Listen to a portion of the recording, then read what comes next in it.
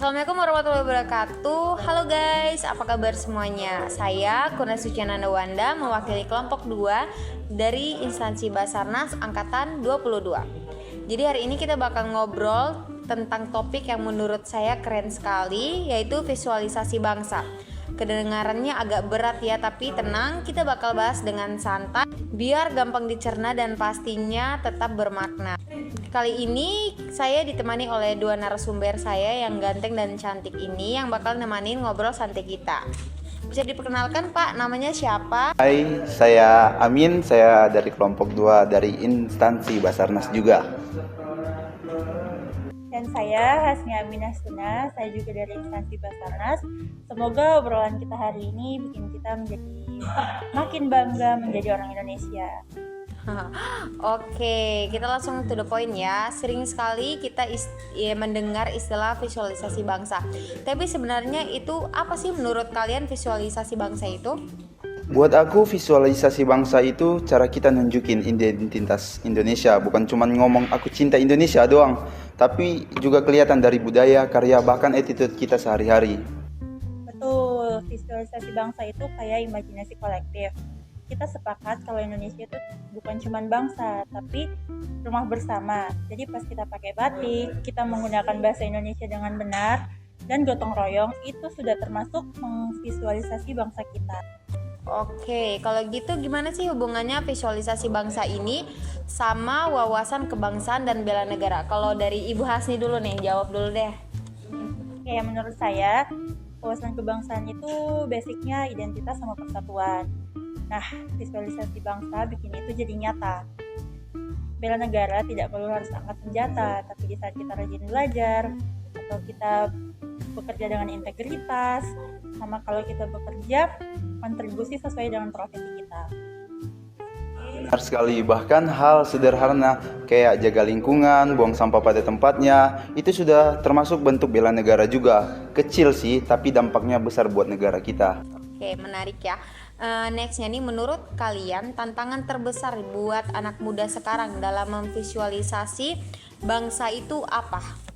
Siapa duluan jawab? Aku ya. Pengaruh globalisasi. Kita sangat gampang kebawa arus budaya luar sampai kadang kita lupa sama identitas negara kita sendiri. Setuju, apalagi kalau medsos sering banget lebih bangga nunjukin budaya luar ketimbang budaya kita. Padahal budaya Indonesia itu bagus kalau dikemas dengan cara yang modern. Contohnya musik tradisional kalau dicampur dengan IDM atau bikin konten kreatif TikTok yang mengangkat budaya lokal, itu bisa jadi trendsetter. Oh, nice. Sekarang coba kasih contoh nyata apa saja yang bisa kita lakukan sehari-hari buat ngevisualisasi bangsa kita. Ini siapa dulu nih? Oke, Ibu saja deh. Dari cewek semuanya ya. Simpel saja, contohnya kita dukung produk lokal, nikmati kuliner Nusantara, rajin pakai bahasa Indonesia, sama jangan malu ngenalin budaya kita ke teman-teman luar negeri. Tambahin sedikit ya, contohnya ikut komunitas positif seperti ikut volunteer, program literasi, atau bahkan cuma aktif jaga vibes persatuan di lingkungan sekitar. Itu sudah cukup kok. Oke, bagus sekali ya untuk jawaban ini, yang satu nge-backup dengan sangat bagus melengkapinya. Ini last question ya.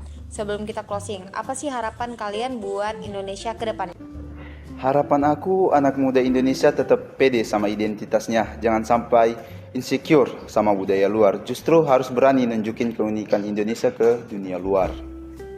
Kalau saya, semoga Indonesia makin maju di bidang teknologi, tapi tetap sejalan sama budaya Indonesia. Jadi modern boleh, tapi tidak boleh kehilangan jiwa bangsa. Oke, dalam sekali ya doa dan harapannya, semoganya bisa jadi kenyataannya ke depannya. Oke guys, sudah waktunya kita untuk mengakhiri podcast kita kali ini. Sebelumnya saya akan minta closing statement atau kata-kata nih dari masing-masing narasumber yang ganteng dan cantik ini. Dimulai dari tadi kan dari cewek nih, sekarang dari cowok dulu deh. Dari saya ya, visualisasi bangsa itu cermin kita. Kalau mau bangsa ini dihargai, tunjukin Indonesia lewat karya dan sikap terbaik. Kalau dari Ibu, silakan. Dari sisi saya, setiap kita itu duta bangsa. Jadi yuk bikin cinta tanah air itu bukan cuma jargon, tapi jadi lifestyle buat kita. Oke, keren sekali ya kata-katanya. Dan saya sangat setuju. Terima kasih buat dua narasumber yang cantik dan ganteng ini atas sharingnya, atas ilmu-ilmunya. Semoga obrolan kita bikin kita makin semangat jadi generasi yang bangga sama bangsanya. Tapi sebelum kita bubar, ayo kita sama-sama teriakan yel-yel Basarnas bareng-bareng, oke? Saya yang pimpin ya. 1, 2, 3. Basarnas Afina Jaya Samagram, profesional, modern, teruji. We are family. Sampai jumpa pada podcast selanjutnya. Wassalamualaikum warahmatullahi wabarakatuh. Salam sejahtera buat kita semua. Bye.